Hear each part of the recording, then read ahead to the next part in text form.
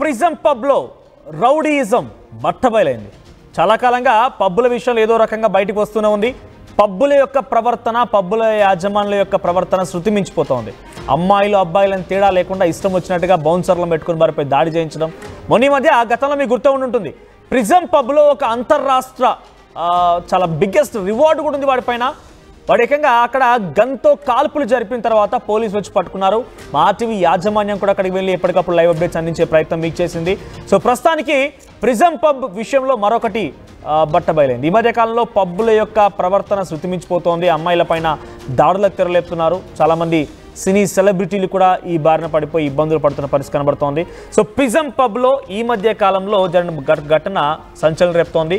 నటి కల్పికా గణేష్ సో తన బర్త్డే వేడుకల కోసం పబ్కి వెళ్ళిన తర్వాత అక్కడ యాజమాన్యం తనపైన ప్రవర్తించిన తీరును తన ఏకంగా సోషల్ మీడియా ద్వారానే అందరికీ చూపించే ప్రయత్నం చేశారు.